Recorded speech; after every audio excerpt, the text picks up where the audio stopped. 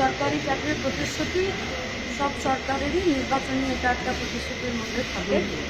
তারপরে পশ্চিমবঙ্গে একের পর এক নির্বাচন হওয়া, সরকারের প্রতিশ্রুতি দেওয়া এবং তার সাথে প্রত্যক্ষ অভিজ্ঞতায় আমরা যা দেখছি একটা দুর্নীতির পুরো জায়গা চলছে। দীর্ঘদিন ধরে লড়াই চলল। 2016-তে যারা রিক্রুটেড হয়েছিলেন, group C, group D, master সাহেব, দিদিমণি, কোর্ট অব্দি কেস গড়ালো, দুর্নীতি অর্গানাইজ করলো সরকার। আজকে তাদের সবার চাকরি বাতিল হলো। আমরাও ডিওয়াইফাই এই লড়াই আন্দোলনে ছিলাম, কেস খেয়েছি, মার খেয়েছি, তাদের জ্বালা যন্ত্রণার শরিক হয়েছে এবং তাদের জ্বালা যন্ত্রণার একটা বিরাট অভিব্যক্তি ছিল, সেই অভিব্যক্তিকেও আমাদেরকে শুনতে হয়েছে। কিন্তু তারপরেও আজকে সবার চাকরি বাতিল হলো। পশ্চিমবঙ্গের ভবিষ্যৎ কি তাহলে আমাদের এটাই হবে? সেকেন্ড রান এই 26,000, তার মানে তো তার পরিবার ধরলে প্রায় 1 লক্ষ মানুষ চেষ্টা করছে এবং এটা এই ধরনের অবস্থা তৈরি হচ্ছে, এটা বোঝা যাচ্ছে।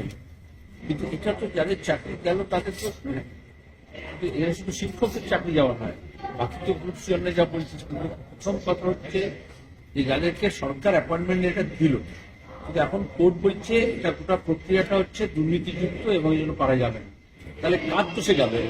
এই যে এত বাড়িতে কান্নার রোল উঠবে, এদেরকে বলা হচ্ছে টাকা ফেরত দিতে হবে, টাকা ফেরত দিতে হবে, যারা মাইনে পায় এরা খরচ করে।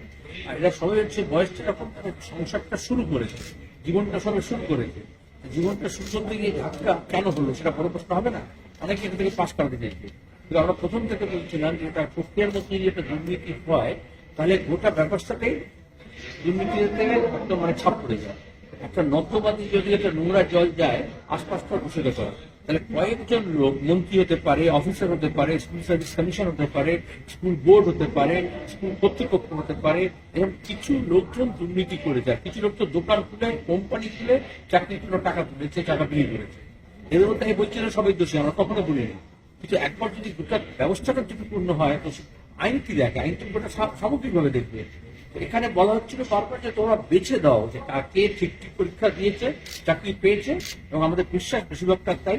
এবং কারা কারা দুর্নীতি করে টাকা দিয়ে পরীক্ষা দেয়নি, ফর্ম ফিল আপ করেনি, ইন্টারভিউতে নেই, কিন্তু নাম চলে এসছে, তাদেরটাকে বাতিল করতে হবে। কিন্তু যা হয় এই পাশাপাশি তো করলো না। দ্বিতীয়, প্রথমত অন্যায় করলো দুর্নীতি করে, দ্বিতীয় হচ্ছে সমস্ত রেকর্ড ডকুমেন্ট ধ্বংস করলো, আর নির্দিষ্ট স্বার্থে, কারণ তারা জানে ধরা পড়ে গেলে খুব বিপদ। আর চতুর্থ, তার তৃতীয় হচ্ছে যে তোমার কি এখন যখন বলা হচ্ছে বাছাই করো, এই বাছাই প্রক্রিয়া কোনো সুযোগ নিল না। এখন উচিত এই পরিবারগুলো বাসার থেকে বাঁচবে কি করে, কারণ এদের সঙ্গে স্কুল শিক্ষাটাও যুক্ত। কারণ স্কুলগুলো যখন কালকে সুযোগ থাকবে না, তো এটা তো ড্যাং ড্যাং করবে। বিজেপি তৃণমূল তো চাইছে গোটা দেশে সরকারি শিক্ষা ব্যবস্থাটা তুলে দিয়ে প্রাইভেট স্কুলটা হোক।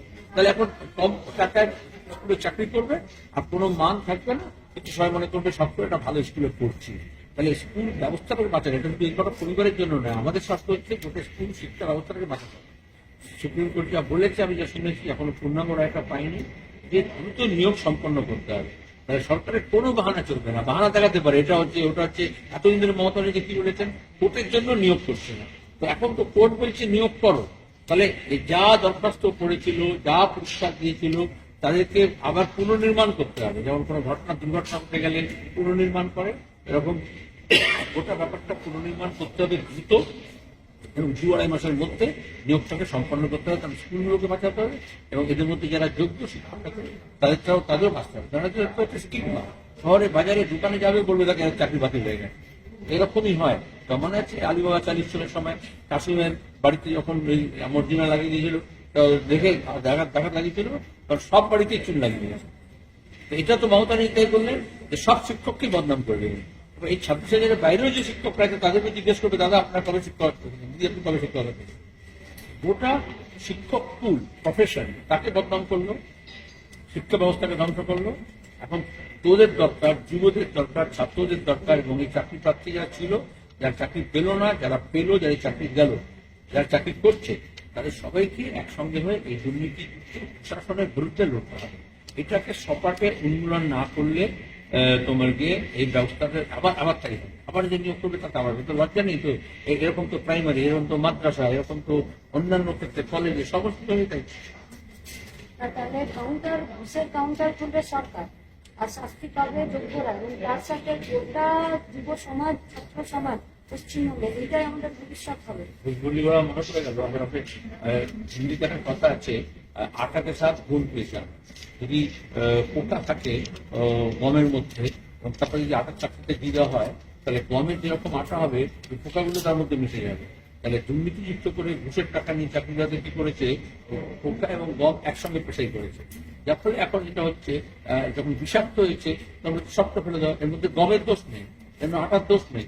যারা ডেলিভারেটলি পোকাটাকে মেশালো এবং মিশিয়ে দিয়ে বাজারে চালালো ভেজাল আটার মতো করে, ভেজাল চাকরি করলো, এখন দোষটা তাদের। এটাকে ভবিত হতাশ হলে হবে না, ভবিত মেনে চলবে না। এই জন্য তো নিয়োগের জন্য কতদিন ধরে ধর্ণা দিচ্ছে ছেলেমেয়েরা, রাস্তায় রোদে জলে বৃষ্টিতে পড়ে রয়েছে। তোরা লাঠি খেয়েছিস, বিধাননগর থানায় কখনো লালবাজার থানায় নিয়ে গেছে।